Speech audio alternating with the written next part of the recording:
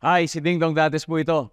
Nagsusulat ako ng script para sa isang pelikula ngayon. Tulungan mo naman ako sa scene na ito.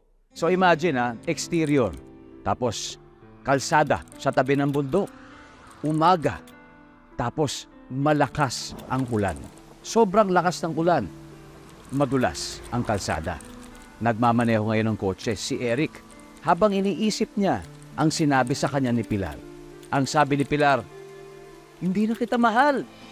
Pero naisip ni Eric na balikan si Pilar. So iniikot niya ang sasakyan.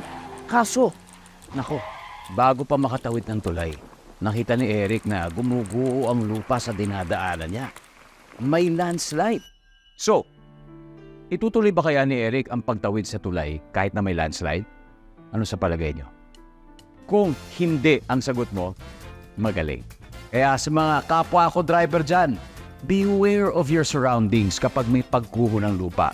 At kung may landslide, huwag na huwag tatawid sa mga tulay. So, babalikan ba ni Eric si Pilar? Abangan sa susunod na kabanata. #Panatag ang may alam.